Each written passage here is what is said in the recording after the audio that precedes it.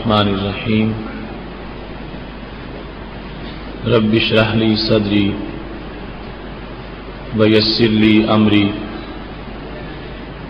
واحلل عقدۃ من لسانی یفقہوا قولی۔ الحمد للہ وحدہ والصلاة والسلام علی من لا نبی بعدہ وعلى آلہ واصحابہ الذین اوفوا عہدہ۔ اما بعد فاعوذ باللہ من الشیطان الرجیم۔ بسم اللہ الرحمن الرحیم۔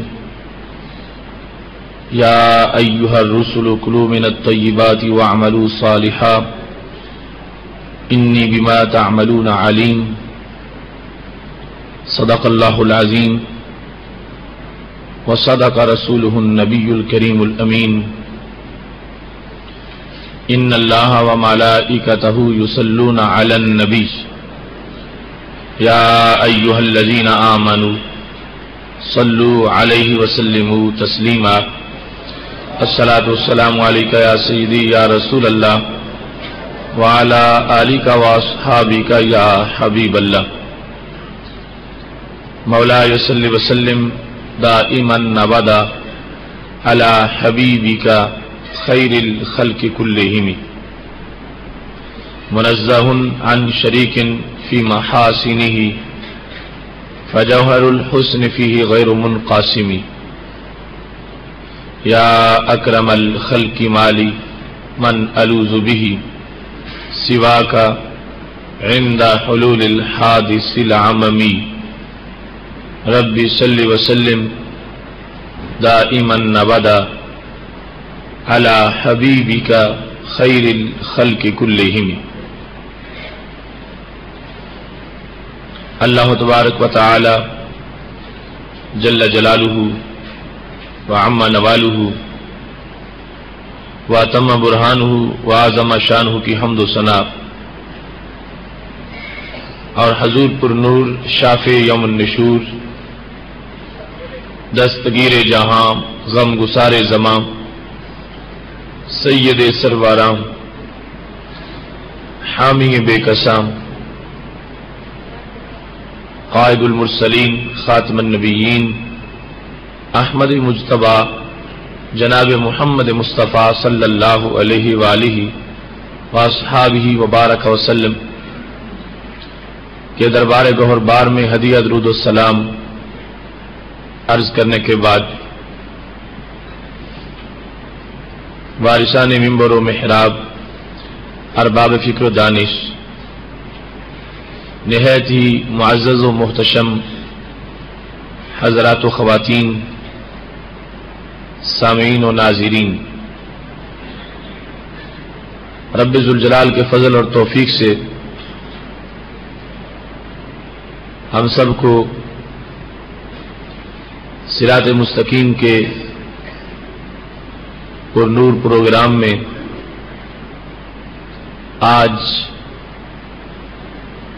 ورع و پرہیزگاری کے ماڈل کے عنوان پر اس نشست میں شرکت کی سعادت حاصل ہو رہی ہے۔ میری دعا ہے خالق کائنات جل جلالہ ہم سب کو قرآن و سنت کا فہم عطا فرمائے اور قرآن و سنت کے ابلاغ و تبلیغ اور اس پر عمل کی توفیق عطا فرمائے۔ آج کا موضوع بھی نہایت اہم موضوع ہے، اسلامی تعلیمات کے خلاصہ کی حیثیت رکھتا ہے اور ہماری عملی زندگی میں گناہوں سے اور سیئات سے بچنے کی ایک اہم کوشش کا نام ورع و پرہیزگاری ہے۔ خالق کائنات جل جلالہ نے قرآن مجید برہان رشید سورہ المؤمنون کی آیت نمبر 51 میں یہ ارشاد فرمایا ہے یا ایھا الرسل کلوا من الطیبات واعملوا صالحا، اے رسل تم طیبات سے، پاکیزہ چیزوں سے کھانا کھاؤ اور صالح عمل کرو، انی بما تعملون علیم، جو کچھ تم کرتے ہو میں اس کو جاننے والا ہوں۔ خالق کائنات جل جلالہ کے دیگر بہت سے فرامین جو کہ احکام کی شکل میں قرآن مجید میں موجود ہے، اور ان کے سوا رسول اللہ صلی اللہ علیہ وسلم کی سینکڑوں احادیث اس بارے میں موجود ہے، جن سے ورع و پرہیزگاری اور تقوی و طہارت کا سبق ہم سب کو میسر آتا ہے۔ یہ لفظ ورع جس کا ہم اپنے موضوع میں بار بار استعمال کر رہے ہیں، عربی زبان میں لغت کے لحاظ سے اس کا معنی الکف والانقباض ہے۔ ورع ہے کسی چیز سے رکنا اور کسی چیز کو دیکھ کر اپنے دامن کو سمیٹ لینا۔ اصطلاح میں ورع کی تعریف التوقیف علی مہمات تعریف کے اندر یہ کی گئی ہے۔ شیخ مناوی کہتے ہیں الورع ترک ما یریبک، ورع یہ ہے کہ ہر اس چیز کو چھوڑ دیا جائے جس کے بارے میں بندے کو شک ہو، ما یریبک جو تجھے ریب میں شک میں مبتلا کرے، یعنی ایک چیز کے بارے میں تمہارے دل میں اطمینان نہیں ہے کہ یہ پاک ہے، تو ورع یہ ہے کہ دل مطمئن ہو تو پھر کھاؤ، ورنہ اس سے اجتناب کرو۔ ایک رزق کے ماخذ کے بارے میں تمہیں شک ہے کہ اس کا ماخذ اور منبع یہاں سے مجھے یہ رزق ملا ہے وہ جائز ذرائع ہے یا ناجائز ذرائع ہے، اگر واضح پتہ ہو ناجائز ہے پھر تو نہایت لازم ہے ترک، لیکن ورع یہ ہے کہ جہاں معمولی سا شک آ جائے وہاں بھی بندہ محتاط ہو اور اس کام کے کرنے سے مکمل طور پر رک جائے۔ اور یہ صرف کھانے پینے کے لحاظ سے نہیں، باقی بھی سارے معاملات کے لحاظ سے۔ تعریف اصطلاحی کا پہلا حصہ یہ ہے الورع ترک ما یریبک، جو بھی تجھے شک میں ڈالنے والی چیز ہو اس سے اپنے آپ کو دور رکھنا۔ دوسرے نمبر پر ونفی ما یعیبک، اور جس سے بھی تمہیں اپنی ذات پر عیب کا خطرہ ہو اس چیز سے رکنا، یہ بھی ورع ہے۔ ما یعیبک کہ جس سے تمہارا دامن داغدار ہو سکتا ہے، جس سے تمہارے کردار کی چادر پر دھبا لگ سکتا ہے، اور جس سے تمہارے وقار پر آنچ آ سکتی ہے، اس سے اپنے آپ کو بچانا، یہ ورع ہے۔ یعنی ایک تو نا واضح جرائم اور واضح غلطیاں اور واضح گناہ، وہ تو یعنی ایک بدی سا پہلا سبق ہے مومن کا کہ وہ ان سے بچ کے رہے اور اپنے آپ کو ان سے بچا کے رکھے، لیکن ورع جو ہے اس سے آگے کا مرتبہ ہے کہ جہاں معمولی شک ہے وہاں بھی انسان قدم نہ رکھے، اور جس جگہ پہ اس کو خطرہ ہے کہ میرا کردار معیوب ہو سکتا ہے اس کام کی وجہ سے، وہاں اپنے آپ کو وہ اس وادی کی طرف نہ جانے دے اور اپنے آپ کو اس مقام سے دور رکھے۔ تیسرے نمبر پر والاخذ بالاوثق، جو پکی بات ہو وہ اختیار کرے، کچی باتوں پر، کچے نظریات پر اور کچے خیالات پر نہ چلے۔ اوثق سیکا امور جو ہیں ان کا حامل ہو، اور سیکا امور کے ساتھ اس کا تعلق ہو، پختہ اور مستند حیثیات اور پختہ اور مستند چیزوں کے ساتھ اس کا ربط ہو. اور چوتھے نمبر پر حمل النفس علی الاشق. ورع یہ ہے کہ بندہ رخصت کا طلبگار نہ ہو بلکہ اپنے آپ کو مشقت کی راہ پہ ڈالنے والا ہو. یعنی جہاں پر شریعت نے رخصت بھی دی ہے تو ورع کا تقاضا یہ ہے کہ بندہ رخصت نہ قبول کرے بلکہ راہ عزیمت پہ چلے. جہاں پر گنجائش تھی کہ وہ اپنے آپ کو سہولت کی طرف لے جائے، چھٹی موجود تھی، لیکن ورع کا تقاضا یہ ہے کہ اس چھٹی کو قبول نہ کرنا اور جو اصل کام ہے عزیمت والا اور عظمت والا اس میں اپنے آپ کو ڈالنا اور اپنے آپ کو مشقت کا عادی بنا دینا. جس طرح کہ اب مریض کے لیے، مسافر کے لیے جو شرعی مسافت پر جانا چاہتا ہے تو روزے کی رخصت ہے کہ آداب ملحوظ خاطر رکھے، مگر وہ روزہ نہ رکھے اور رمضان المبارک کے بعد اس کی جگہ ایک روزہ رکھے قضا کے طور پر. تو یہ ایک رخصت ہے. مگر ورع کا جو شخص علمبردار ہوگا وہ یہاں بھی عزیمت پہ چلے گا کہ اگرچہ شریعت نے چھٹی دی ہے مگر جب میں برداشت کر سکتا ہوں اور میرے لیے کوئی مسئلہ نہیں ہے تو میں کیوں چھٹی قبول کروں. تو وہ راہ عزیمت پہ چلتا ہے.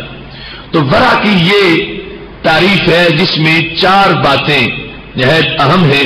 کہ انسان ہر اس کام سے بچے جو بندے کو مشکوک کرتا ہو یا جس کی وجہ سے بندے کی طبیعت غیر مطمئن ہوتی ہو، اور بندے کو جن باتوں کے بارے میں شک ہے ان سے اپنے آپ کو بچا کے رکھنا، اور پھر جن امور کی وجہ سے بندہ معیوب ہو سکتا ہے، اس کا کردار مخدوش ہو سکتا ہے، ان سے بچ کے رہنا، اور پھر مستند اور شیکا امور کے ساتھ تعلق قائم کرنا، اور اس کے بعد اپنے نفس کو، اپنے آپ کو مشقت کی راہوں کی طرف گامزن کرنا اور سہولت پسندی سے اور آسانیوں کی تلاش سے نکل کے اپنے آپ کو جد و جہد، مشکلات اور مختلف مشقتوں کے لیے پیش کر دینا.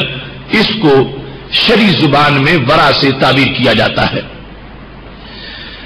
اس کا فائدہ انسان کو یہ ہوتا ہے، ورع کی وجہ سے الورع یطہر دنس القلب کما یطہر الماء دنس الثوب. جس طرح پانی سے کپڑے کی میل نکلتی ہے ایسے ہی ورع سے دل کا میل ختم ہو جاتا ہے. کپڑے کے اندر جو میل کچیل ہے، پانی جس طرح اس کو دھو کے کپڑے کو بالکل صاف کر دیتا ہے، ایسے ہی ورع دل کے لیے دھون ہے اور دل کو یوں پاک کر دیتا ہے جس طرح پانی کپڑے کو پاک کرتا ہے. تو جتنی بھی ملاوٹ ہو چکی ہو، جتنی بھی ماحول کی آلودگی پڑ چکی ہو، اور جس قدر بھی انسان کا قلب جو ہے وہ زمانے کی ناہمواریوں کی وجہ سے پریشان ہو چکا ہو اور شیطانی ماحول کی وجہ سے اس پر داغ پڑ چکے ہوں، تو ورع وہ چیز ہے کہ جس سے اس کے دل کو پوری طرح دھو کے ستھرا کر دیا جاتا ہے اور اس کے دل کو رب ذوالجلال پھر نئی چمک عطا فرما دیتا ہے. ورع ایک ایسا امر ہے کہ جس کے مختلف درجات ہیں اور مختلف اقسام ہیں. ورع کے صوفیاء کرام کے نزدیک 4 مقامات تھے اور شرعی تعلیمات کے خلاصہ کے طور پر ورع کو 4 حصوں میں تقسیم کیا جا سکتا ہے. ورع و پرہیزگاری کے لحاظ سے سب سے پہلا مقام جہاں سے ورع کا آغاز ہوتا ہے تو اس کو ورع العادلین کہا جاتا ہے. امام غزالی رحمۃ اللہ علیہ نے احیاء العلوم کے اندر ان درجات کو باقاعدہ بیان کیا ہے. تو پہلا سٹیپ ورع کا جہاں سے ورع کو جنم ملتا ہے اور انسان تقوی و پرہیزگاری کے ماحول کے اندر داخل ہوتا ہے اور اس کی ترقی شروع ہوتی ہے، اس کو ورع العادلین کہا جاتا ہے. عادل لوگوں کی ورع اور عادل لوگوں کی پرہیزگاری. اس میں کیا ہوتا ہے؟ یہ ورع ایسی ہے کہ بندہ ہر اس کام سے بچتا ہے جس کی وجہ سے اس کی عدالت پہ آنچ آتی ہو، کیونکہ فاسق و فاجر کی گواہی قبول نہیں ہوتی اور ایک عام مومن گواہ تب بن سکتا ہے جب وہ عادل ہو. اس کا صوفی ہونا اور ولی ہونا اور یہ مراتب یہ تو بعد کے معاملے ہیں. پہلا مرتبہ ایک مومن کا عادل مزاج ہونا ہے اور اس کا کردار فسق و فجور سے پاک ہونا ہے. تو ورع یہ ہوتا ہے پہلے لحاظ سے کہ انسان ہر اس کام سے بچے جس کی وجہ سے اس کی عدالت ساکت ہوتی ہو اور جس کی وجہ سے اس کی عدالت کا زوال ہوتا ہو، عدالت پہ آنچ آتا ہو. ہر اس کام سے اپنے آپ کو بچانا یہ برء العادلین ہے. اور اس کے ساتھ ہی ہم ان امور کو کہ جن سے بچنا عدالت کے لیے لازم ہے یوں تعبیر کر سکیں گے کہ فقہا نے جن کاموں کی حرمت کا فتویٰ دیا ہے ان کاموں کو اگر کوئی بندہ کرتا ہے تو عادل نہیں رہتا، اس کی گواہی غیر معتبر ہو جاتی ہے. اور جن کاموں کو فقہا نے حرام قرار دیا ہے ان سے جو بندہ بچتا ہے وہ عادلین والی ورع پا لیتا ہے. جو کرتا ہے وہ حرام کام اس کو ورع عادلین میسر نہیں ہے، اس کی عدالت ساکت ہو جاتی ہے. اور جو فقہا کے فتویٰ کے مطابق جو حرام چیزیں ہیں ان حرام چیزوں سے اجتناب کرتا ہے اور بچ کے رہتا ہے اس کی ورع کو ورع عادلین کے ساتھ تعبیر کیا جاتا ہے. دوسرے نمبر پر ورع کا مقام جو ہے اس کا نام ہے ورع الصالحین. یہ پہلے سے اونچا مرتبہ ہے اور یہ اس سے ایڈوانس ہے، اس میں ترقی ہے. صالحین کی ورع، صالحین کی ورع جو ہے وہ ایسی اہم بندے کی عادت ہے کہ جس کی وجہ سے بندہ ہر اس کام سے بچتا ہے کہ جس میں حرمت کا احتمال موجود ہے. پہلے تھا واضح طور پر فقہا نے اس کو حرام کیا اور یہ اس سے بچ کے رہتا ہے تو پھر اس کو ورع عدالت کا منصب حاصل ہوتا ہے. دوسرے نمبر پر کہ فقہا نے اس کو حرام نہیں کہا لیکن حرمت کا احتمال موجود ہے. ایسا کام ہے کہ انسان اگر وہ کرتا ہے تو وہاں حرمت کا احتمال پیدا ہو سکتا ہے. تو یہ ورع الصالحین ہے کہ بندہ ایسا کام بھی اس سے سرزد نہیں ہوتا، نہ وہ جو حرام قرار دیا گیا ہے اور نہ وہ جس میں حرمت کے احتمال کا خدشہ ہو کہ کہیں اس میں حرمت کا احتمال نہ آ جائے. یہ کام ایسا ہے کہ بظاہر اس کے کرنے کی رخصت موجود ہے کہ بندہ کر بھی سکتا ہے، فقہا کی طرف سے رخصت ہے، حرمت کا قول نہیں کیا گیا، مگر ہے ایسا کہ جس کے کرنے کی وجہ سے آہستہ آہستہ بندہ حرام کے قریب پہنچ سکتا ہے. خود وہ حرام نہیں ہے لیکن اس کی حدود حرام وادی سے ملتی ہے. وہ خود حرام نہیں ہے لیکن وہاں جانے سے بندہ حرام کے قریب ہو سکتا ہے. تو صالحین کا تقویٰ یہ ہے اور صالحین کی پرہیزگاری یہ ہے اور صالحین کی ورع یہ ہے کہ وہ ایسے جائز کام کا بھی ارتکاب نہیں کرتے جو انہیں کبھی ناجائز کی طرف دھکیل کے لے جانے والا ہو. اپنے آپ کو وہ بچا کے رکھتے ہیں اور پوری طرح اس ماحول سے وہ اپنے آپ کو دور رکھتے ہیں کہ جہاں پر تناول کے لحاظ سے اگرچہ بظاہر اس کام کی رخصت بھی موجود ہے لیکن وہ احتمال حرمت وہاں آ سکتا ہے. اس کام سے بچنے کا نام یہ ورع الصالحین ہے. تیسرا درجہ ورع المتقین ہے. صالحین سے متقین کی پرہیزگاری یہ بڑی پرہیزگاری اور اس ورع کا ایک مستقل مرتبہ ہے. یہ ایسے کام کہ جن کو نہ تو فتویٰ نے حرام کیا ہے اور نہ ہی ان کی حلت میں کوئی شبہ ہے. یقیناً فتویٰ کی نیت سے فتویٰ کی نگاہ میں وہ حرام بھی نہیں ہے اور اس کے ساتھ ساتھ ان کاموں میں ان کی حلت میں کوئی شبہ بھی نہیں ہے. حرمت نہ ہونا واضح ہے اور حلت ہونا واضح ہے کہ وہ کام جائز ہے، حلال ہے، ان کے حلال ہونے میں کوئی شبہ نہیں ہے اور ان کی حرمت جو ہے اس کا کسی نے قول نہیں کیا. حرام بتایا کسی نے نہیں اور حلت کو ثابت کیا گیا ہے. لیکن اس میں آگے جا کے نتیجے کے لحاظ سے انسان میں بے احتیاطی پیدا ہو سکتی ہے. وہ کام خود جائز ہے، اس کی حلت میں شک بھی نہیں اور حرمت کا کسی نے قول بھی نہیں کیا، لیکن رزلٹ کے لحاظ سے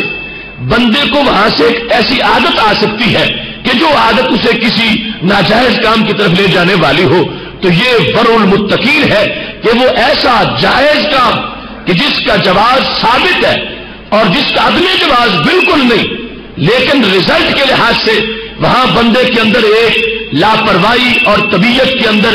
ایک ایسی آوارہ گردی آ سکتی ہے نتیجے اور معال کے لحاظ سے کہ جس میں بندہ پھر کسی ناجائز کام کی طرف متوجہ ہو سکتا ہے. تو متقین کا ورع یہ ہے کہ وہ ایسا جائز کام بھی نہیں کرتے اور اپنے آپ کو ایسے جائز کام سے روک کے رکھتے ہیں. یہ وہ مرتبہ ہے جس کو رسول اللہ صلی اللہ علیہ وسلم نے یوں بیان کیا. ابن ماجہ شریف میں حدیث شریف ہے، لا یبلغ العبد درجۃ المتقین حتی یدع ما لا بأس به مخافۃ مما به بأس،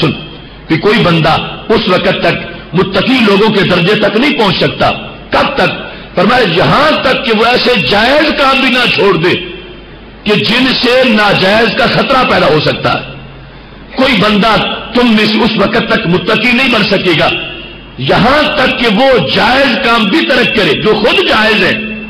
مگر وہاں سے ناجائز کا رستہ نکلتا ہے اور ناجائز کا احتمال پیدا ہوتا ہے. دوسرے میں یہ تھا کہ وہ کام جائز ہے مگر جواز میں کچھ شک ہے اور آگے وہاں سے رستہ بھی نکل سکتا ہے. یہ ورع المتقین کہ کام بالکل 100% جائز ہے، اس کے حلت جواز میں کوئی شک نہیں، لیکن نتیجہ کے لحاظ سے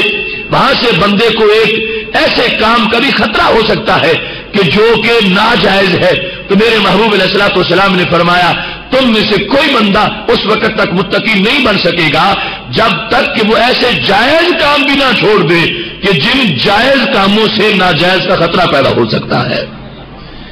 چوتھے نمبر پر وہ ہے ورع صدیقین،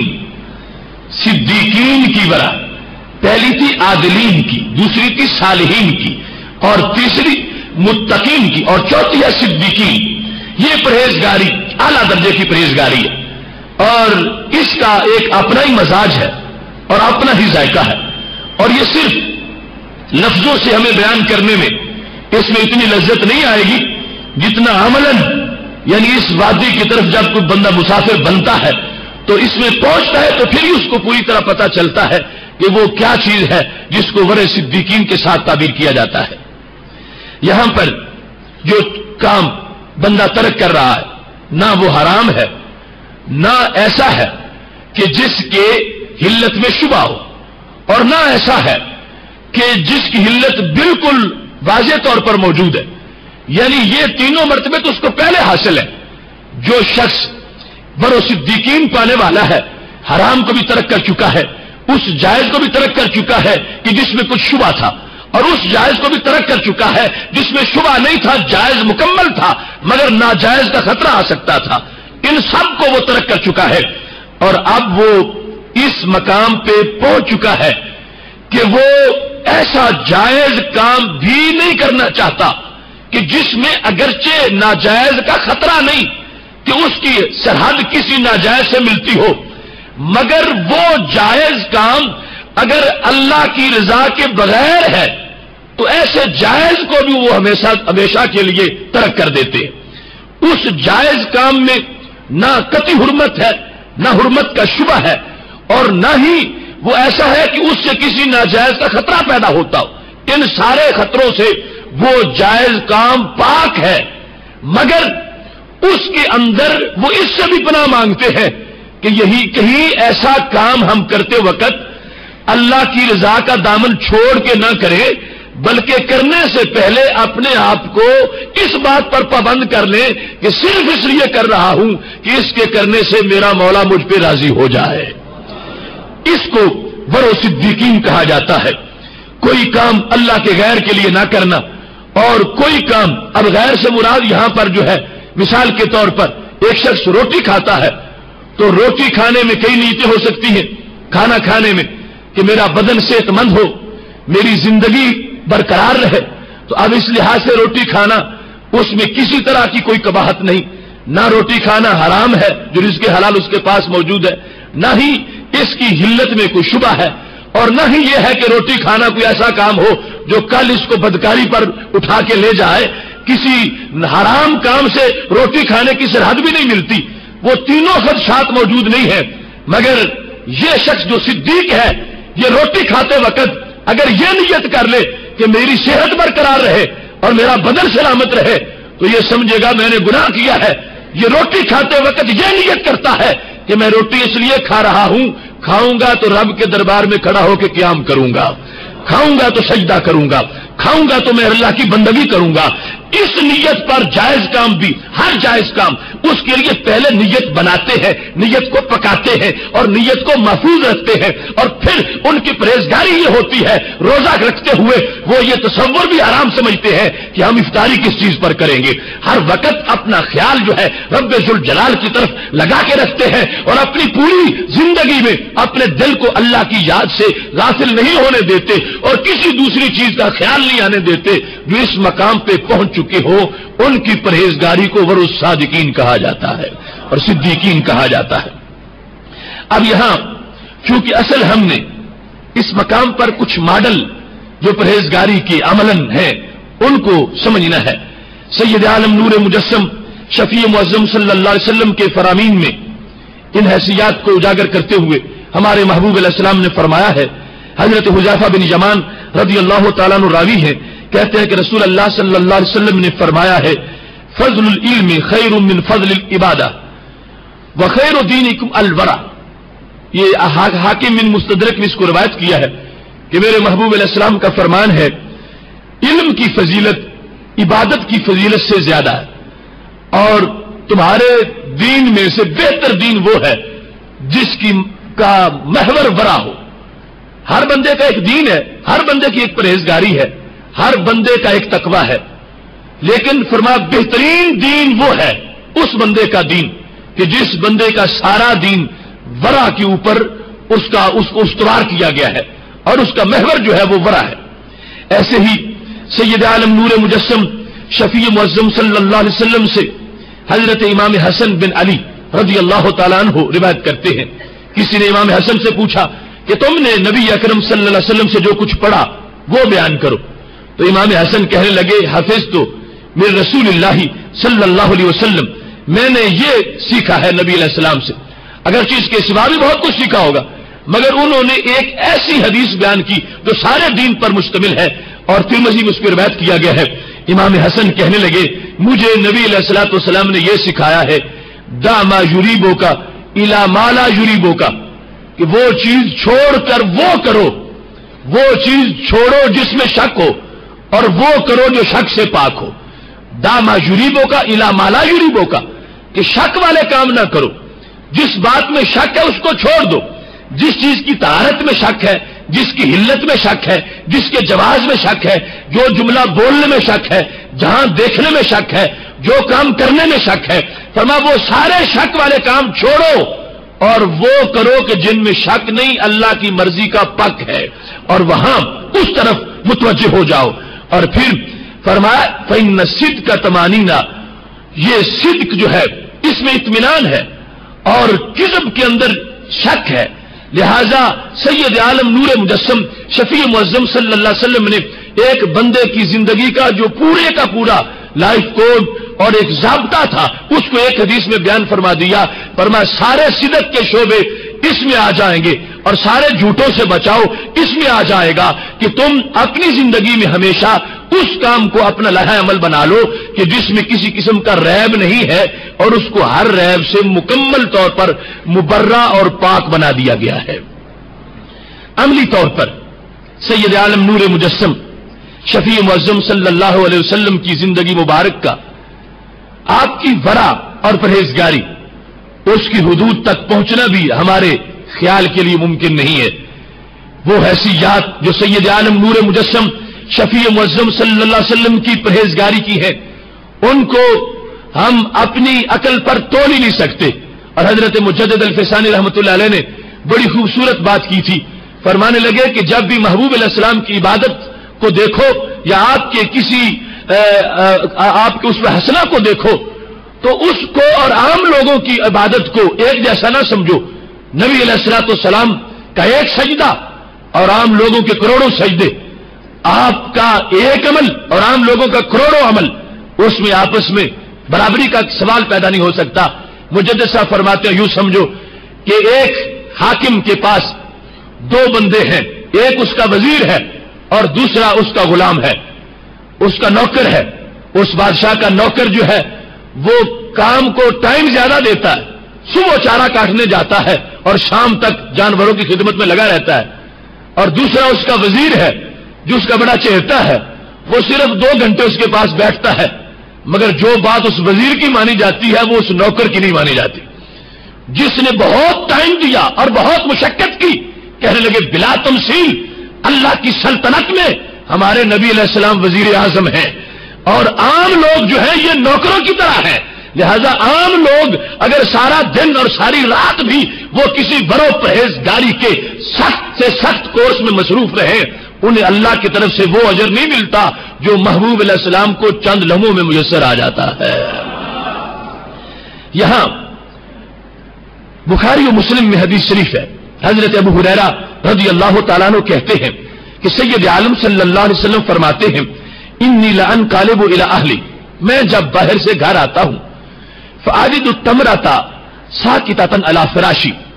تو مجھے اپنے بستر پہ ایک کھجور نظر آتی ہے، یعنی کبھی ایسا ہوتا ہے کہ بستر پہ ایک کھجور پڑی ہے، فارفعها، میں اس کو اٹھا لیتا ہوں،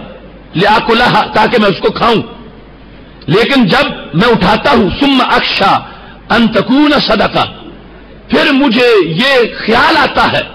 ہو سکتا ہے کسی نے صدقہ دیا ہو اور یہ کھجور صدقے کی پڑی ہو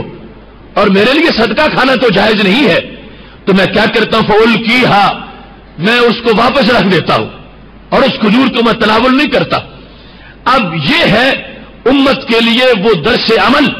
کہ سید عالم نور مجسم شفیع معظم صلی اللہ علیہ وسلم نے اپنی عملی زندگی میں، حالانکہ وہ ماہیات کو جانتے ہیں، ہر چیز کی حقیقت یہ صدقے کی ہے یا بغیر صدقہ کی ہے، کیونکہ نبی علیہ السلام کی زبان نے تو یہاں تک بتا دیا تھا، جب ایک دعوت میں بیٹھے ہوئے تھے، لقمہ منہ میں رکھا تھا اور اس کو حلق سے اتارنے سے انکار کر دیا، فرمایا اس کو بلاؤ جس نے یہ دعوت پکائی ہے، فرمایا لحم شاۃ اخذت بغیر اذن ذبحت بغیر اذن اہلھا، یہ اس بکری کا گوشت ہے جس کے مالک کے بغیر، مالک کی اجازت کے بغیر ذبح کیا گیا ہے، لہذا جو گوشت کی اس حیثیت کو بیان کر دے کہ یہ مالک کی اجازت کے بغیر بکری ذبح کی گئی ہے، وہاں تک جن کی رسائی ہو یہ جانتے ہیں حقیقت کھجور کی کیا ہے، مگر سبق ان کو دینا ہے کہ جنہیں یہ پتہ نہیں چلے گا کہ حقیقت میں چیز کا سبب کیا ہے، اس واسطے فرمایا میری سنت تم یوں سامنے رکھو، اب اس میں خدشہ ہے، ہو سکتا ہے وہ صدقے کی ہو سکتا ہے وہ صدقے کی نہ ہو، اگرچہ سرکار کے نزدیک متعین ہے کہ وہ کیا چیز ہے، مگر جن کو سبق دینا ہے ان کے لحاظ سے یہ اعتماد عملی زندگی میں آئیں گے، فرمایا میرا وہ ہوگا اور میری سنت کا متبادلہ وہ ہوگا جو ایسے کو بھی چھوڑ دے جس میں خدشہ تھا، اس بنیاد پر کہ اللہ تبارک و تعالی اس کو بغیر ریب اور بغیر شک کے رزق عطا فرمانے والا ہے۔ ایسے ہی سید عالم نور مجسم شفیع معظم صلی اللہ علیہ وسلم کا فرمان بخاری و مسلم میں موجود ہے، اور اس کے راوی بھی حضرت ابو ہریرہ رضی اللہ تعالیٰ عنہ ہے، اور بات حضرت حسن بن علی رضی اللہ تعالیٰ عنہ کی ہے۔ امام حسن چھوٹی عمر تھی تو کیا ہوا، اخذ تمرۃ من تمر صدقہ، صدقے کی کھجوریں پڑی تھی، تو حضرت امام حسن رضی اللہ تعالیٰ عنہ نے ایک کھجور پکڑی اور اپنے منہ میں ڈال دی۔ سید عالم صلی اللہ علیہ وسلم نے جب دیکھا تو آپ نے ان کو جھڑکی دی اور فرمایا اما تعرفوا ان لا ناکل الصدقہ، کہ آپ کو یہ پتہ نہیں ہے کہ ہم صدقہ نہیں کھاتے، صدقہ ہمارے لیے جائز نہیں ہے۔ اب ایک بچے کا جو نابالغ ہے اور احکام کا ابھی مکلف بھی نہیں ہے، وہ اگر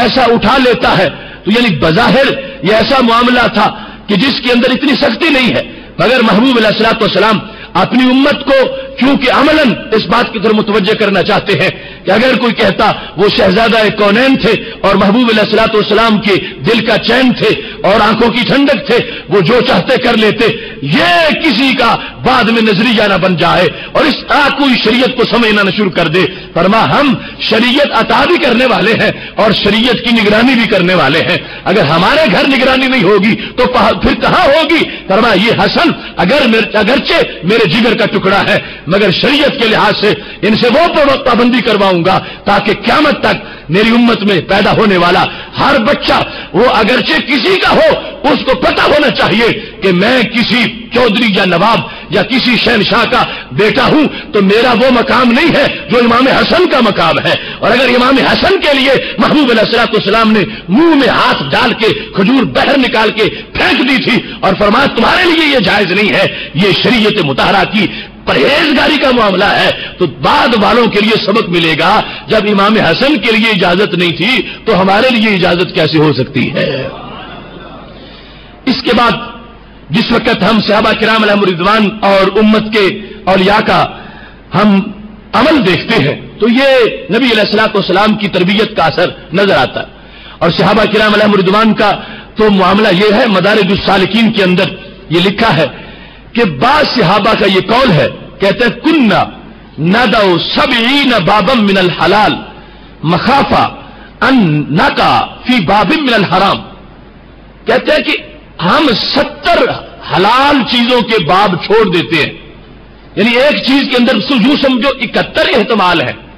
70 احتمال یہ ہے کہ یہ حلال ہے اور 71واں احتمال یہ ہے کہ یہ حرام ہے. اب بڑا ایک کمزور احتمال ہے. 70 احتمال, اس کے 70 پہلو بتا رہے ہیں کہ واضح حلال ہے اور اس میں کوئی حرج نہیں ہے, اور صرف ایک پہلو ہے کمزور باقی کہ یہ حرام ہے. تو صحابہ کہتے ہیں ہماری سیرت یہ ہے کہ ہم اس ایک حرام کے ڈر سے 70 باب حلال کے بھی ترک کر دیتے ہیں. حلال کے 70 شعبہ جات, یعنی وہ جائز تھا کہ ہم کر لیتے, مگر وہاں پر ایک شعبہ جو ہے وہ حرمت کا 71واں موجود ہے, تو ہم اس کے پیش نظر اس کے ڈر کی وجہ سے اس سے بچنے کے لیے کہ ہماری شان یہ نہیں ہے کہ ہم یہ کریں, اگرچہ 70 پہلو 70 مرتبہ اس کی حلت کا جو انداز ہے وہ سامنے آ رہا ہے, مگر صحابہ کرام علیہم رضوان کیونکہ نبی علیہ السلام کی دہلیز کے پروردہ ہے تو انہوں نے یہ عملاً ثبوت دیا. ایک چیز کے 71 ابواب ہے, ایک باب حرمت کا ہے, 70 باب, اور وہ بھی حرمت کا واضح نہیں ہے, خطرہ ہے کہ حرمت کا ہو, اور 70 جواز کے موجود ہیں, مگر پھر بھی صحابہ کرام کہتے رہے ہم ان باتوں سے بچتے رہے اس واسطے کہ نبی علیہ السلام کی عملی زندگی کا پہلو ہمارے سامنے موجود تھا. اس سلسلہ میں دیکھیے بخاری شریف میں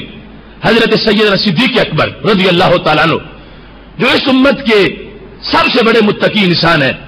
سب سے بڑے صوفی ہیں, سب سے بڑے ولی ہیں, حضرت صدیق اکبر رضی اللہ تعالیٰ عنہ صرف اس امت کے نہیں ساری امتوں میں جب تقوی و پرہیزگاری کی لسٹ بنائی جائے تو پہلا نمبر حضرت صدیق اکبر رضی اللہ تعالیٰ عنہ کا. انبیاء کرام علیہ السلام کے بعد ہر دور کے نیکوں میں ان کا پہلا نمبر ہے. وہ صدیق اکبر رضی اللہ تعالیٰ عنہ, سیدہ عائشہ صدیقہ رضی اللہ تعالیٰ عنہ ان کے بارے میں بیان کرتی ہیں کان علی ابی بکر غلام یخرج له الخراج. حضرت صدیق اکبر رضی اللہ تعالیٰ عنہ کا ایک غلام تھا جو آپ کے لیے خراج حکم شرع کے مطابق پیش کرتا تھا, اور حضرت صدیق اکبر رضی اللہ تعالیٰ عنہ وہ خراج وصول کرتے تھے. فجاء یوما بشیء فاکل منه ابو بکر, ایک دن وہ کچھ لے کے آیا اور سیدنا صدیق اکبر رضی اللہ تعالیٰ عنہ کے لیے اس نے پیش کیا. آپ کا غلام تھا اور چیز حلال تھی, کھانے والی تھی. حضرت صدیق اکبر رضی اللہ تعالیٰ عنہ نے اس کو تناول فرما لیا. جب آپ تناول فرما چکی تو غلام نے کہا اتدری ما ھذا, آپ جانتے ہو جو کچھ آپ نے کھایا ہے یہ کہاں سے آیا تھا؟ یعنی ایسی چیز تھی جو کہ متعارف ہے, مگر اس غلام کا مطلب یہ تھا تجھے پتا ہے کہ یہ کس پیسے سے میں نے خریدی تھی, جو تم نے کھائی ہے حلال چیز, مگر یہ میں نے خریدی کہاں سے ہے یہ آپ کو پتا ہے؟ تو حضرت صدیق اکبر رضی اللہ تعالیٰ عنہ نے فرمایا بتاؤ وما ہوا, یہ کہاں سے تم لائے ہو؟ یعنی چیز حرام نہیں تھی, حلال کھانا تھا, مگر سائل نے یہ کہا کہ اس کا سبب پیچھے جو ہے اس کا بھی آپ کو پتا ہے کہ میں کس پیداوار سے, کس تنخواہ سے اور اپنے کس پیسے سے میں نے اس کو خریدا ہے. تو حضرت صدیق اکبر رضی اللہ تعالیٰ عنہ نے کہا بتاؤ. تو وہ کہنے لگا کنت تکہنت لانسان فی الجاہلیہ, جب میں نے کلمہ نہیں پڑھا تھا تو میں کہنوں والے کام کرتا تھا. اس وقت میں نے ایک بندے کے لیے کہانت کی تھی اور میں نے کہن بن کے اس کا ایک مسئلہ حل کیا تھا, حالانکہ وما احسن الکہانہ, اور مجھے کہانت کا کوئی صحیح پتہ بھی نہیں تھا. ویسے میرا اٹکل پچو لگ گیا اور وہ کام اس بندے کا ہو گیا. جاہلیت کا زمانہ تھا اور میں نے اس کے لیے وہ کام کیا, تو آج اس نے مجھے اس کے پیسے دیے اور ان پیسوں سے یہ چیز میں نے خریدی. اور جو میں نے تمہارے سامنے پیش کی. الا انی خدعتہ، میں نے اس وقت کہانت کی، مجھے صحیح پتہ بھی نہیں تھا، میں نے اس بندے کو دھوکہ دیا تھا اور اس نے آج مجھے یہ پیسے دیے ہیں اس کہانت کے بدلے میں جو زمانہ جاہلیت میں نے کی تھی. فہذا الذی اکلت منہ، یہ جو کچھ آپ نے کھایا ہے یہ ان پیسوں کا میں خرید کے لایا تھا. یہ بھی اس بندے کی بہادری تھی، ورنہ آج کے مرید اپنے شیوخ کو، پیروں کو پتہ نہیں کیا کیا کھلا جاتے ہیں اور یہ بتاتے ہی نہیں کہ میری کمائی کیسی ہے، اور ایسے ہی علماء کو وہ کھانا کھلا جاتے ہیں اور یہ بتاتے نہیں کہ ہم نے پکایا کس چیز سے ہے، ہماری جو گزر اوقات ہے اور ہمارا جو شعبہ ہے معاش کا وہ کیا ہے، حرام کا ہے یا حلال کا ہے. لیکن اس غلام نے بتا دیا کہ میں ایک سب سے بڑے صوفی کا خادم ہوں، تو میں اس ولی کو بتا بھی دوں کہ میں نے یہ کہاں سے لا کر آپ کے پیش کیا ہے. حضرت صدیق اکبر رضی اللہ تعالیٰ عنہ نے جب یہ سنی، سید عائشہ صدیقہ گواہ ہے،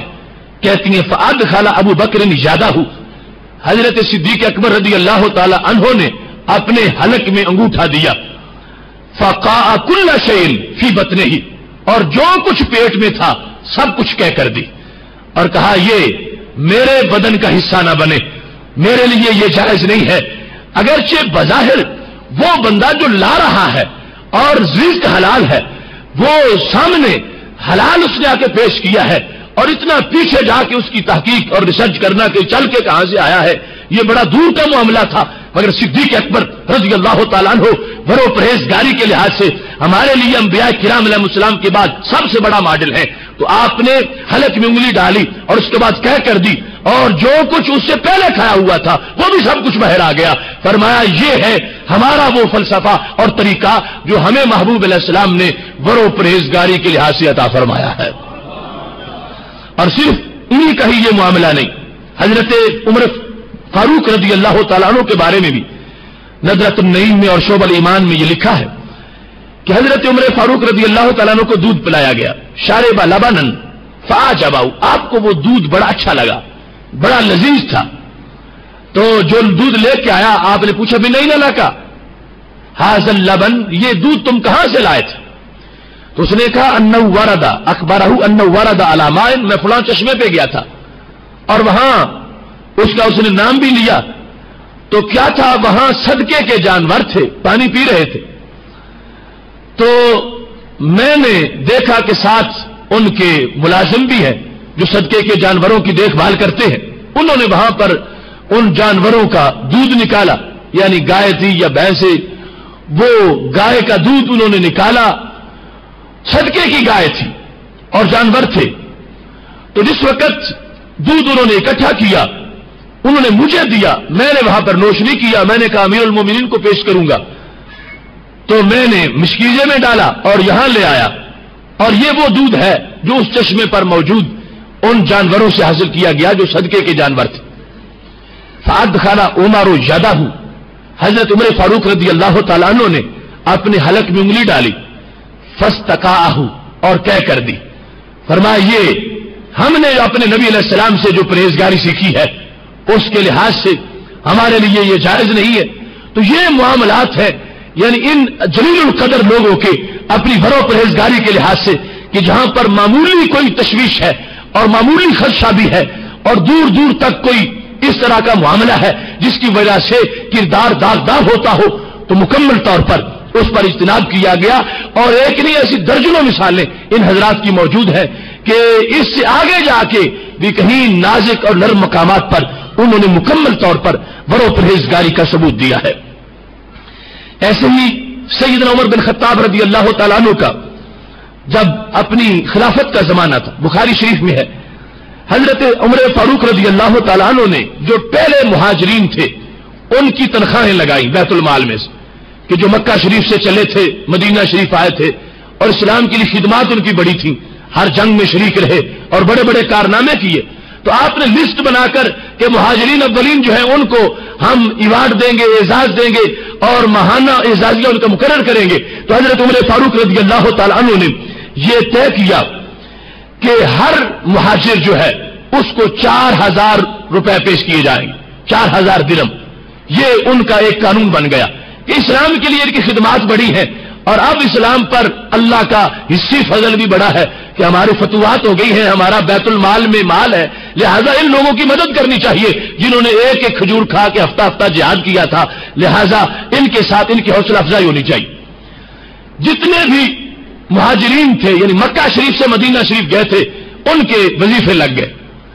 اب ان لوگوں میں حضرت عمر فاروق رضی اللہ تعالیٰ عنہ کے صاحبزادے حضرت عبداللہ بن عمر بھی تھے، ہجرت والوں میں وہ بھی شریک تھے اور باقاعدہ مہاجر تھے، مکہ شریف سے ہجرت کر کے مدینہ شریف پہنچے تھے۔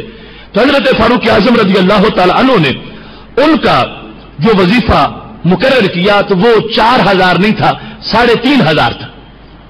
تو لوگوں نے اس پر اعتراض کیا کہ عمر بن خطاب اپنے بیٹے کو بھی تو مہاجر والا پورا وظیفہ دو،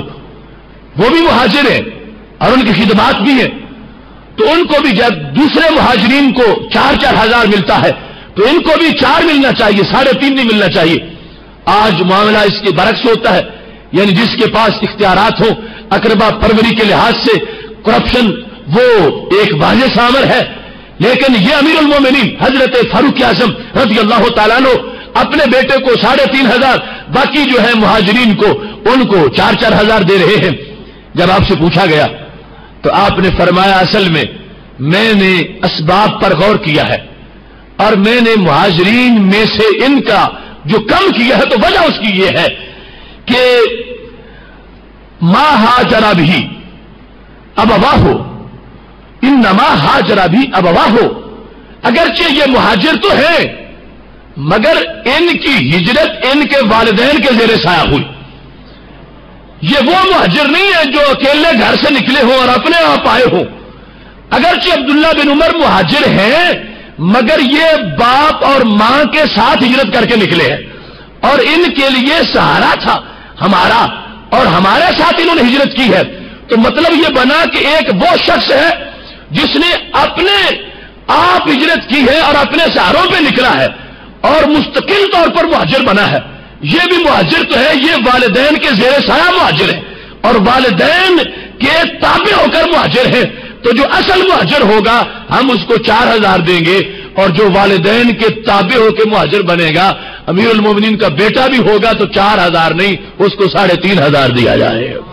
اور دوسروں کے لیے اتنی سختی بھی انہوں نے نہیں کی، لیکن اپنے بیٹے کے لحاظ سے انہوں نے کہا کہ چونکہ والدین کی اتباع میں والدین کے پیچھے پیچھے لگ کے اور والدین کے زیر سایہ بالتبع انہوں نے ہجرت کی ہے، لہذا پرہیزگاری اور ورع کہ جس کا مطلب ہے کہ روزی کا ایک لقمہ بھی حرام نہیں ہونا چاہیے، حرام تو کیا اس میں خدشہ ہی حرمت میں نہیں ہونا چاہیے۔ تو فاروق اعظم کہنے لگے میں نے اپنے بیٹے سے بھی عدل کیا ہے اور قوم سے بھی عدل کیا ہے، اس عدالت کی بنیاد پر میں نے ان کا وظیفہ 3,500 مقرر فرمایا۔ یہاں پر بالخصوص جو حوالہ دیا گیا تھا اس بحث میں تو وہ حوالہ تھا یہاں پر سید عالم نور مجسم شفیع معظم صلی اللہ علیہ وسلم کے کچھ صحابہ کے لحاظ سے، اور بالخصوص معترضین نے کہا تھا امام حسن اور امام حسین تو ہیں ہی بعد کے اور ان کا تم نے 5,000 لگایا ہے اور اپنے بیٹے کا 3,500 لگایا ہے، تو اس پر عمر فاروق رضی اللہ تعالیٰ عنہ کہنے لگے کہ ان کا جو مرتبہ میرے ہاں ہے اس کا ایک مستقل سبب ہے کہ میں ان کو اس لیے بھی زیادہ دیتا ہوں کہ ان سے میرے محبوب علیہ السلام پیار کرتے تھے، اور وہ ایک مستقل وجہ ہے۔ فرمایا میرے بیٹے کا میرے نبی علیہ السلام کے دربار میں وہ مرتبہ نہیں ہے جو ان کا مرتبہ ہے، لہذا یہ بھی مستقل حکمت اور علت ہے کہ جس کی وجہ سے ان کا وظیفہ بیت المال سے زیادہ معین کیا جائے گا۔ یہاں پر جس وقت ورع و پرہیزگاری کے مختلف انداز ہمارے سامنے ہیں تو یہ کھانے پینے کے لحاظ سے نہیں، اس کے علاوہ دیگر بھی بہت سے امور ہیں کہ جن میں ورع و پرہیزگاری کا مکمل دخل ہے۔ حضرت عبداللہ بن عمر یہی جن کے وظیفے کی بھی بات ہو رہی تھی، یہ کہتے ہیں کہ اپنے زندگی کے آخری ایام میں جب یہ شیخ تھے اور پوری دنیا پر ان کے علم کا سکہ بیٹھ چکا تھا اور دور دور سے لوگ ان کی زیارت کے لیے پہنچتے تھے، اور نافع جو ان کے غلام ہیں اور ہر وقت ساتھ رہا کرتے تھے وہ کہتے ہیں میں ساتھ تھا حضرت عبداللہ بن عمر رضی اللہ تعالیٰ عنہ کے، تو مجھے ہمیں سرنگی کی آواز سنائی دی یا جس طرح کوئی باجا ہوتا ہے اس طرح کی کوئی آواز تھی۔ جس وقت ایسی آواز آئی تو حضرت عبداللہ بن عمر نے اپنے دونوں کانوں میں انگلیاں دے لی اور وہ رستہ جہاں سے آواز آ رہی تھی اس رستے کو چھوڑ کے دور نکل گئے اور کافی دور جا کے مجھ سے پوچھا، یعنی یہ نافع تو بالکل بچے تھے اور ابن عمر جو ہے انہوں نے اپنے دونوں کانوں میں انگلیاں دی ہوئی ہیں اور پوچھا نافع یا نافع اتسمعو، نافع تجھے کوئی آواز آ رہی ہے؟ یعنی اتنا بھی نہیں چاہتے کہ کانوں سے نکالوں اور کہیں وہ آواز آ رہی ہو تو پھر داخل ہو گئی تو میری پرہیزگاری کا کیا بنے گا؟ دور چلے گئے کافی، اس میوزک کی آواز کو چھوڑ کر رستہ بدل کے اور اپنے کانوں میں یوں انگلیاں دی ہوئی ہیں اور بچے سے پوچھا کیا تمہیں کوئی آواز آ رہی ہے؟ تو نافع کہتے ہیں میں نے کہا ہاں آ رہی ہے، تو پھر اسی طرح اپنے کانوں میں انگلیاں رکھی اور چلتے گئے، یہاں تک کہ جب میں نے کہا کوئی آواز نہیں آ رہی تو پھر حضرت عبداللہ بن عمر رضی اللہ تعالیٰ عنہ نے اپنے کانوں سے انگلیاں نکالی۔ یہ زبان کے لحاظ سے، زبان کی لذت کے لحاظ سے ہی یہ ورو پرہیزگاری نہیں، انسان کے ہر عضو کے لحاظ سے پرہیزگاری ہے۔ اور اب دیکھو کہ ہمارا معاشرہ اب اس میں پرہیزگاری اور ورع کے کیسے پرکھچے اڑا جا رہے ہیں۔ اس وقت تو شاذ و نادر کہیں ایک جگہ پتہ نہیں کوئی کسی کی شادی تھی یا کوئی کیسا معاملہ تھا، کوئی ایسی آواز آ رہی تھی۔ اب گھر گھر میں اور دفتر دفتر میں اور گاڑی گاڑی میں اور محلے محلے میں اور دکان دکان میں پوری فضا ایسی اس آواز سے ہزار بار گندی آوازوں سے بھری ہوئی ہے اور ہمارے کانوں میں وہ آوازیں داخل ہو جاتی ہے، اور کون اپنے کانوں کو بند کرتا ہے اور کون بچاتا ہے اور کون اتنی پابندی کرتا ہے کہ دور چلا جائے اس سرزمین کو چھوڑ کے، ان راستوں کو چھوڑ کے، اور پھر اس وقت ہم انگلیاں نہ نکالے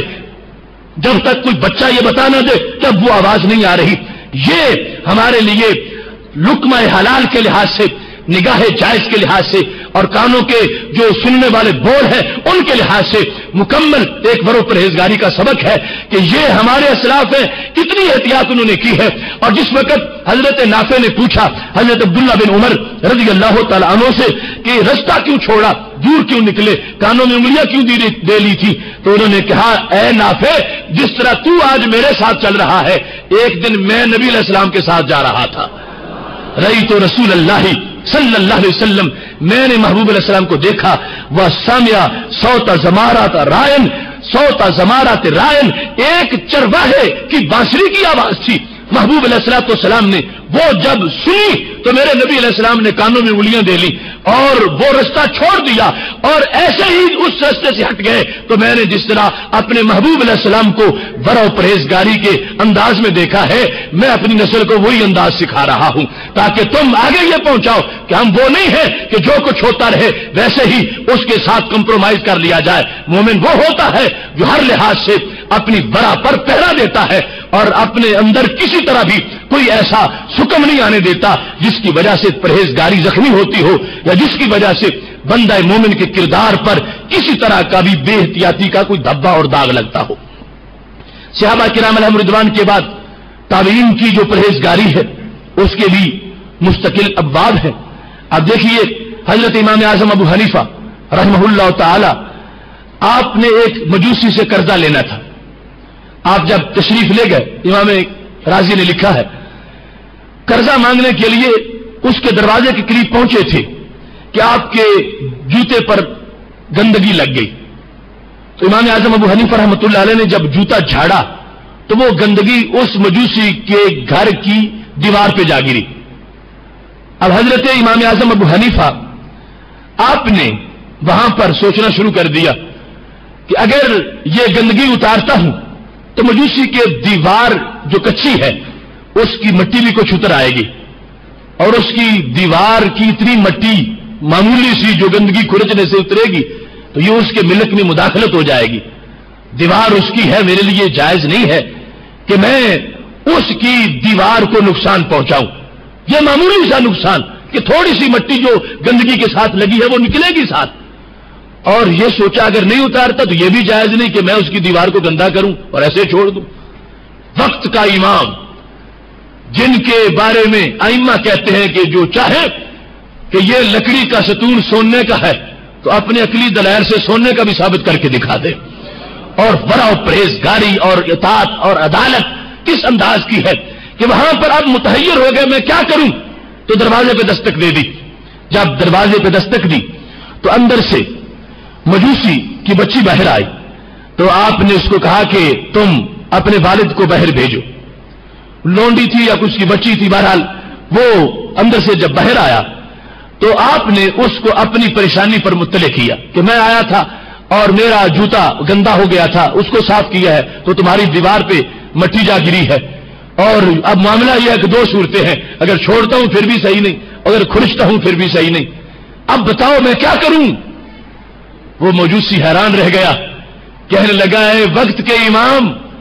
تجھے میری دیوار گندی اچھی نہیں لگتی تو میں کتنا پاگل ہوں جو آج تک اپنا دل گندا لیے پھرتا ہوں۔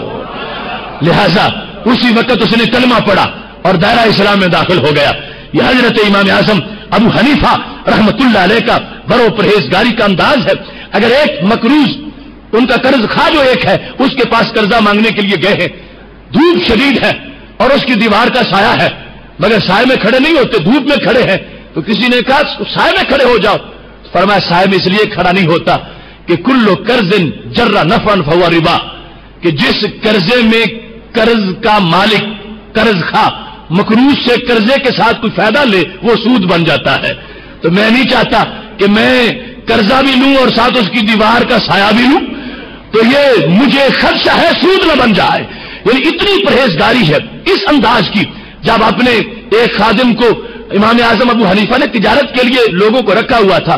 اور باقاعدہ اپنی تجارت سے آپ نے طالب علموں کو پڑھایا ہے، یعنی امام محمد رحمت اللہ علیہ کے اخراجات سارے کے سارے امام اعظم ابو حنیفہ نے خود برداشت کیے ہیں، تو تجارت کے لیے لوگوں کو بھیجا کرتے تھے۔ کپڑے کی تجارت تھی تو ایک کپڑا وہ عیب والا تھا، اس بندے کو جس کو بھیجا کہا کہ جب جاؤ گے تو یہ تم نے پہلے بتانا ہے گاہکوں کہ اس میں فلاں عیب ہے، پھر بیچ سکتے ہو ورنہ نہیں بیچ سکتے۔ وہ بندہ گیا، اس سے غفلت ہو گئی، بیچتے بیچتے وہ کپڑا بھی بیچ آیا اور اس نے بتایا نہیں خریدار کو کہ اس میں یہ عیب ہے، کیونکہ ملا ہوا تھا اس کو پتہ نہیں چلا۔ واپس آیا تو امام صاحب نے پوچھا کیا کیا تم نے؟ کہتا سب بیچے ہیں اور وہ کپڑا بھی بیچ آیا ہوں، مگر مجھے یاد نہیں رہا کہ میں نے وہ بتا نہیں سکا گاہکوں کس میں عیب ہے۔ تو امام صاحب نے پوچھا اس سے پیسے تم نے کتنے لیے تھے؟ کہتا مجھے یہ بھی یاد نہیں کتنے لیے تھے۔ فرمایا کل پیسے آج کتنے ہیں؟ وہ سارے پیسے جو اس کے سوا 20 کپڑوں کے تھے۔ امام صاحب نے کہا یہ سارے میرے لیے جائز نہیں ہیں، یہ تو نے وہ پیسے اس کپڑے کے اس میں شامل کر دیے ہیں، لہذا میں یہ باقی پیسے بھی نہیں لوں گا، اور ان کو واپس ان فقراء کے اندر تقسیم کر دیا۔ تو یہ انداز تھا حضرت امام اعظم ابو حنیفہ رحمہ اللہ تعالیٰ کی تقوی اور پرہیزگاری کا۔ اور یہی انداز دیکھو امام احمد بن حنبل رحمہ اللہ تعالیٰ، آپ کے گھر میں آٹا گوندا گیا تو خمیرے کی ضرورت تھی، وہ کہیں سے مانگ کے لایا گیا۔ امام احمد بن حنبل کو شک پڑ گیا کہ جہاں سے یہ خمیرہ آیا ہے ان لوگوں کا رزق جو ہے وہ کچھ مشکوک ہے، تو امام اعظم ابو حنیفہ امام احمد بن حنبل جو ہے انہوں نے اپنے گھر والوں کو یہ کہہ دیا کہ یہ اس آٹے کی روٹیاں تم میرے گھر نہیں پکا سکتے، میں یہ روٹی نہیں کھاؤں گا اور نہ ہی اپنے گھر کسی کو کھانے دوں گا۔ تو انہوں نے پوچھا پھر امام یہ ہم فقراء کو دے دیں؟ تو آپ نے فرمایا ایک شرط پر دے سکتے ہو، فقراء سے یہ کہو کہ یہ آٹا آیا ہے امام احمد بن حنبل کے گھر سے، مگر انہوں نے خود اس کی روٹی نہیں کھائی، اور ان سبب یہ تھا کہ انہوں نے کہا کہ جہاں سے خمیرہ لیا ہے پڑوسی سے اس کے رزق میں کچھ شک ہے اور ہمارے آٹے میں وہ شامل ہو گیا ہے۔ اگر فقراء قبول کر لیں تو ٹھیک ہے، مگر بتائے بغیر تم نہیں دے سکتے۔ فقراء بھی پھر امام احمد بن حنبل کے زمانے کے فقراء تھے، یہ نہیں ہے کہ لکڑ ہضم اور پتھر ہضم اور جو کچھ ہو ہضم۔ فقراء کو بتایا گیا کہ یہ امام احمد بن حنبل کے گھر کا آٹا ہے اور یہ تمہیں دینا چاہتے ہیں، اور انہوں نے روٹی کھانے سے انکار کیا ہے۔ تو فقراء نے کہا کہ جس زمانے کا امام روٹی نہ کھائے جس آٹے کی، اس کے امام کے غلام کیسے کھا سکتے ہیں، لہذا ہم بھی نہیں کھائیں گے۔ پھر امام احمد بن حنبل سے پوچھے بغیر وہ آٹا دریا میں پھینک دیا گیا، دجلہ کے اندر اس کو ڈالا گیا۔ تو پھر امام صاحب کو پتا چلا امام احمد بن حنبل کو کہ وہ تو دریا میں پھینک دیا ہے۔ فرمایا تم مجھ سے پوچھے ہی نہیں اور دریا میں پھینک دیا، دریا میں تو مچھلیاں ہوتی ہیں اور وہ استعمال کر جائیں گی۔ فرمایا اگر تم نے دریا میں ڈالا ہے تو پھر آج سے میرا اعلان سن لو، میری کوئی دعوت پکانے والا مجھے دجلہ کی مچھلیاں نہ کھلائے، اور میرے گھر والے کبھی اس مچھلی کو استعمال نہیں کر سکتے، اس واسطے کہ اس دریا میں وہ آٹا گرا ہے کہ جس میں کوئی ایک معمولی سا شک والا شبہ پہلو موجود تھا۔ انداز سے ہمارے سامنے ان لوگوں کی برو پرہیزگاری ہے اور ان کا تقوی و طہارت ہے۔ میری دعا ہے خالق کائنات جل جلالہ ہمیں عملاً ان باتوں کو اڈاپٹ کرنے کی توفیق عطا فرمائے۔ وآخر دعوانا ان الحمدللہ رب العالمین۔ انشاءاللہ تبارک و تعالی۔ بسم اللہ الرحمن الرحیم۔ شروع اللہ کے نام سے جو بڑا مہربان نہایت رحم والا ہے۔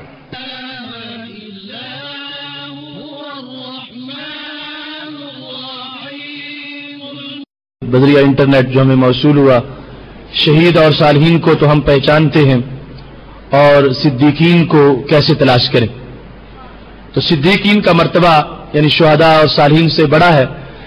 اور اس کی پہچان یہی ہے جو ہم نے ورع و پرہیزگاری کا آخری مرتبہ بیان کیا ہے، یہ چوتھا مرتبہ، یعنی ایسے جائز کام بھی نہ کرے کہ جن سے ناجائز کا وام پڑتا ہو، اور پھر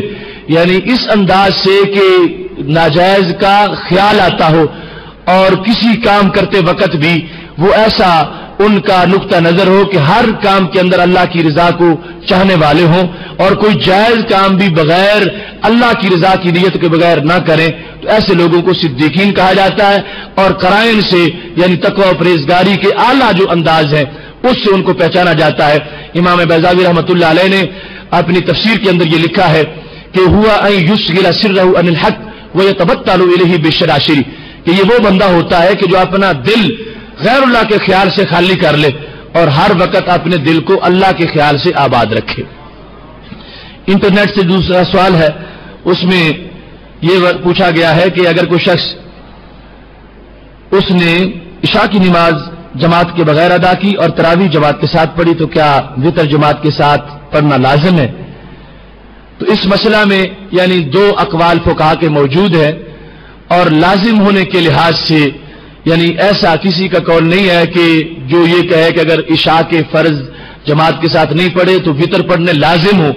لازم ہونے کا کسی کا قول نہیں ہے، لیکن جواز کا قول موجود ہے۔ تو اس واسطے یہ قول بھی ہے کہ وہ نہ پڑھے، مگر اس سے اچھا یہ ہے کہ اگر وہ عشاء کے فرائض میں شامل نہیں ہو سکا تو وتروں میں شامل ہو جائے،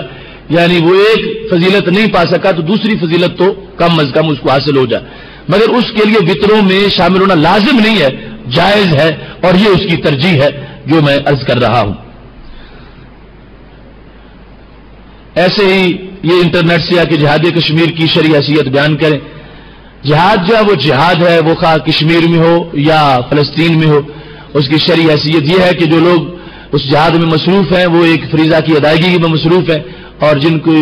جانیں اسراء میں پیش ہوئی ہیں تو وہ ایک اعلیٰ مقصد کے لیے ان کی جانیں پیش ہوئی ہیں، ان کی جانیں ضائع نہیں ہوئی۔ صرف یہ ہے کہ ایسی صورتحال میں نہ ہو کہ ان لوگوں کے ہتھے وہ چڑھے ہوئے ہوں جن کے کچھ مقاصد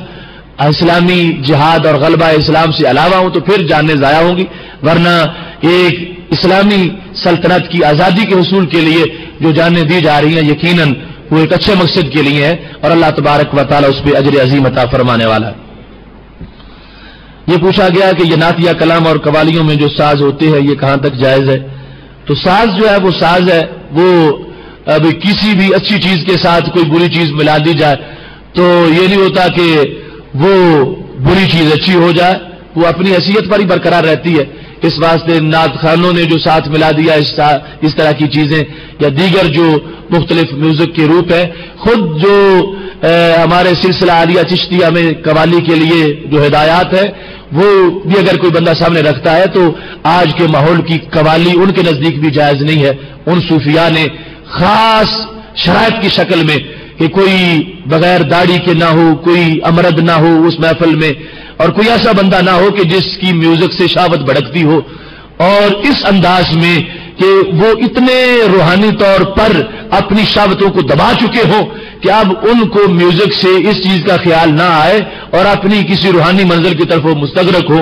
ان کے لیے جواز کا ایک قول تھا اس ایک ہمارے روحانیت کے شعبے میں، اور امام مولانا روم نے کہا تھا ہر کس برسمائے راست چیر نیست تو مائے ہر مرغے کے انجیر نیست، کہ ہر بندہ قوالی سننے کے قابل نہیں ہے۔ کیوں؟ فرماتے ہر پرندے کی خوراک انجیر نہیں ہوتی، وہ خاص جو ہے خاص ہے۔ اس واسطے اس کو عام لوگوں کے لیے رکھنا اور دکانوں پہ لگانا اور عام کرنا یہ تو خود وہ ہمارا جو ایک شعبہ ان کے نزدیک بھی جائز نہیں ہے، جبکہ فقہا کے نزدیک ویسے ہی اس کی حرمت کا فتویٰ ہے، اور کسی طرح بھی آلات لہو جو ہے ان کا استعمال نہ کسی یعنی اب یوں سمجھو نا کہ اگر کوئی بندہ یہ سمجھتا ہے کہ نعت کے ساتھ ہوگا تو نعت کی وجہ سے وہ جائز ہو جائے گا، تو پھر کل اگر کسی نے قرآن کے ساتھ شروع کر دیا تو پھر تو اس فتویٰ کے مطابق ضرور جائز ہونا چاہیے، کیونکہ ناز سے قرآن کی آیت کا تو بڑا مقام ہے، اور جب قرآن مجید کے ساتھ استعمال حرام ہے تو ایسے ناز کے ساتھ بھی استعمال ناجائز ہے، اور کسی طرح اس کا جواز جو ہے وہ موجود نہیں ہے۔ خواتین کی طرف سے جو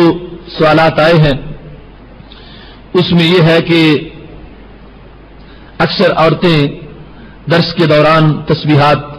پڑھتی رہتی ہیں، تو ایسا کرنا جائز ہے یا ناجائز ہے؟ یعنی اس میں حرج نہیں ہے، اچھا ہے کہ وہ اپنی زبان مصروف رکھتی ہیں، صرف ان کی توجہ جو ہے وہ اس درس کی طرف ہونی چاہیے، دھیان ادھر رکھیں اور اپنی زبان یعنی رطب اللسان رہیں اللہ کے ذکر میں، یہ بہت اچھا ہے۔ کیا تہجد کی اذان جائز ہے؟ تہجد کی اذان جو ہے وہ یعنی پہلے تھی، لیکن جو آخری سنت ہے امت کے لیے سید عالم صلی اللہ علیہ وسلم کا طریقہ، اس میں تہجد کی اذان نہیں ہے، لہذا وہ دینا ہمارے نزدیک جائز نہیں ہے۔ کاہن اور نجومی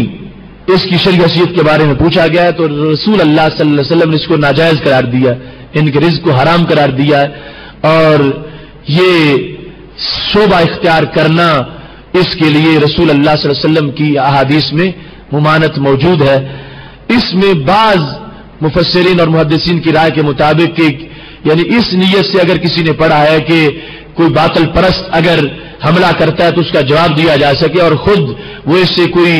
ناجائز طریقے پر اس کو استعمال نہیں کرنا چاہتا، تو تعلم کا کچھ محدثین نے جواز پیش کیا ہے، لیکن چونکہ آگے استعمال کے لحاظ سے حوصلہ بندے کا وہ بڑا مضبوط ہونا چاہیے کہ جو اس کو پھر صحیح استعمال کرے، تو اس واسطے عمومی طور پر یہی ہے کہ اس سے بچنا لازم ہے،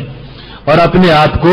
اس رستے پہ چلنا چاہیے کہ رکھنا چاہیے کہ جہاں پھسلنے کا خطرہ نہ ہو، اور بندہ پھسلے بھی تو پھر بھی خشک زمین پہ گرے، کسی گٹر میں یا نالے میں نہ گرے، وہ رستے جو اتنے نازک اور دشوار گزار ہوں کہ جہاں پھسلنے کا بھی خطرہ ہو اور پھسلنے کے بعد بچنے کا بھی چانس نہ ہو، اور پھر ڈوب کر مرنے کا خطرہ ہو یا کم از کم گندے ہو جانے کا خطرہ ہو، تو ایسی راہوں سے انسان کو ضرور بچنا چاہیے۔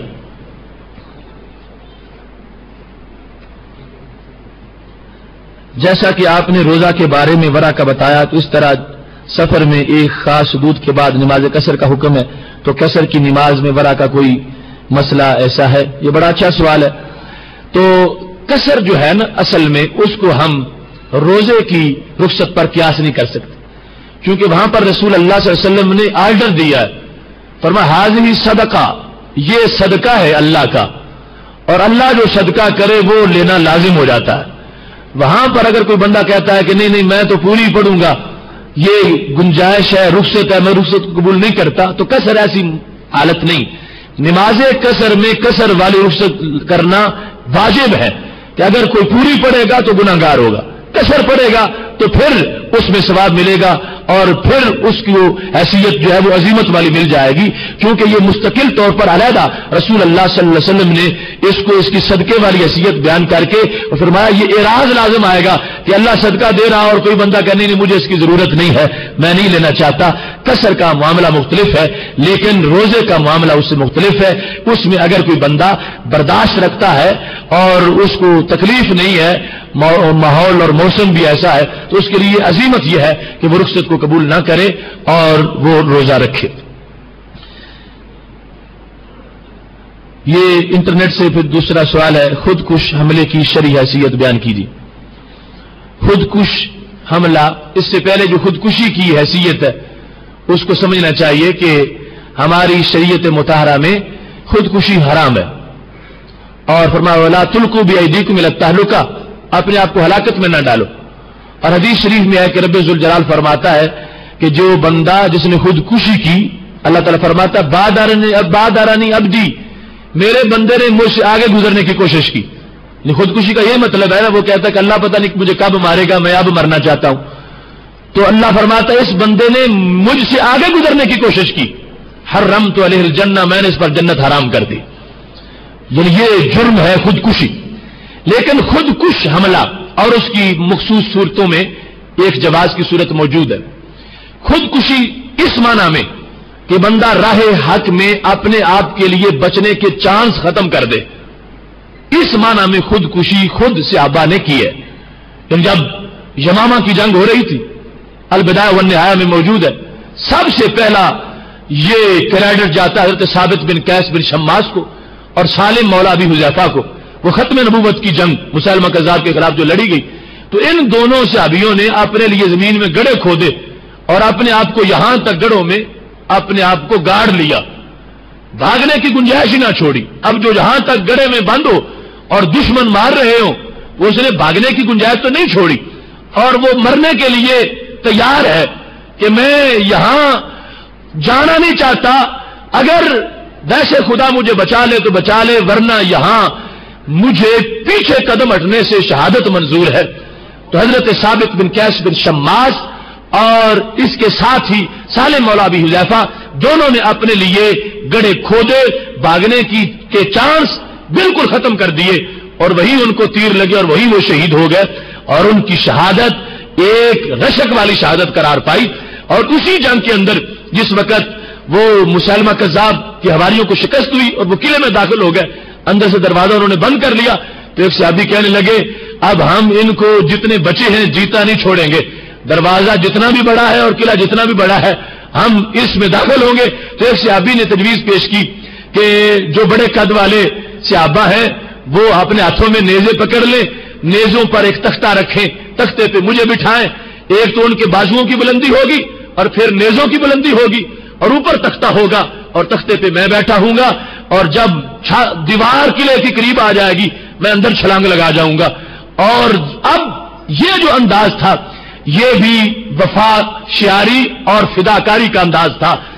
اندر اتنی فوج ہو اور اکیلا بندہ اوپر سے گرے اور اتنی اونچی دیوار سے گرے، اس کے سنبھلنے سے پہلے اس کے سر اترنے کے 100% چانس ہے، اور اتنے دشمنوں سے اکیلے کا بچ کے دروازہ کھولنا یہ بھی کوئی کرینے کی آس نہیں ہے. لیکن صحابی نے تجویز پیش کر دی، صاحب نے مان لی. انہوں نے تختے پہ بٹھایا اور نیچے سے نیزوں کے ساتھ تختے کو بلند کیا، اور بلند کرتے کرتے وہ قلعے کی دیوار تک جب صحابی پہنچے تو انہوں نے اندر چھلانگ لگا دی. تلوار ہاتھ میں تھی، نیچے گرتے ہی فوراً جمپ لے کے اٹھ گئے اور تلواریں مارتے مارتے ان کو کاٹتے کاٹتے قلعے کے دروازے پر پہنچ کر انہوں نے دروازہ کھول دیا. یعنی تنہا اس پوری فوج میں انہوں نے یہ کردار ادا کیا، مگر انہوں نے پہلے نمبر پر اپنے بچنے کے سارے سورسز جو بظاہر تھے دروازے بند کر دیے، اور یقیناً شہادت کے لیے وہ کود پڑے تھے. اس معنی میں خودکشی اور وفا شعری یہ صحابہ سے شروع ہے. اور آج کے ماحول میں ان مقامات پر یعنی جہاں پر مسلمان موجود ہیں، مسلمانوں کی کمیونٹی ہے، آبادی ہے، اگر کوئی بندہ خودکش جماعہ کرتا ہے یا ایسا کرتا ہے تو وہ حرام کرتا ہے. لیکن وہ مقامات کہ جہاں پر مسلم امہ پر ظلم ہوا اور وہاں چھاونیاں ہیں ان کی جو ظلم کر رہے ہیں اور ان کے فوجی رہتے ہیں، اور حالات ایسے ہیں کہ سارے انصاف کے تقاضے ختم کر دیے گئے ہیں. جس طرح کہ آج ہمارے ساتھ برطانیہ یا امریکہ کا مسلم امہ کا ساتھ سلوک ہے، یا اقوام متحدہ کا ہمارے ساتھ جو رویہ ہے، اب وہ علاقے کہ جہاں پر مسلم امہ کا خون بہایا گیا ہے اور وہاں پر چھونیاں ہیں ان کے فوجیوں کی جو ہم پہ ظلم کرنے والے ہیں، وہ امریکہ کے فوجی ہوں یا دوسرے غیر مسلم افواج ان کے ساتھ شامل ہیں، ان کے اندر اگر کوئی شخص اپنے آپ کو اس مقصد کے لیے پیش کرتا ہے تو یہ وہی طریقہ ہوگا جو طریقہ حضرت ثابت بن قیس نے اختیار کیا تھا. یہ اس واسطے مخصوص شرائط کے ساتھ اس میں ہمارے لیے ایک گنجائش موجود ہے. جمعہ کی 2 اذانوں کا کیا حکم ہے؟ تو یہ دونوں ہی لازم ہیں، یعنی پہلی اذان بھی اور دوسری اذان بھی، تاکہ پہلی کے بعد تیاری کا بندوں کے لیے ایک اعلان ہو جائے، اور دوسری جو ہے وہ ویسے خطبہ کے ساتھ ہوتی ہے. اگر اس وقت تیاری کرنا چاہیں گے تو پھر خطبہ اور نماز جو ہے وہ ضائع ہو جائے گی. اس واسطے دونوں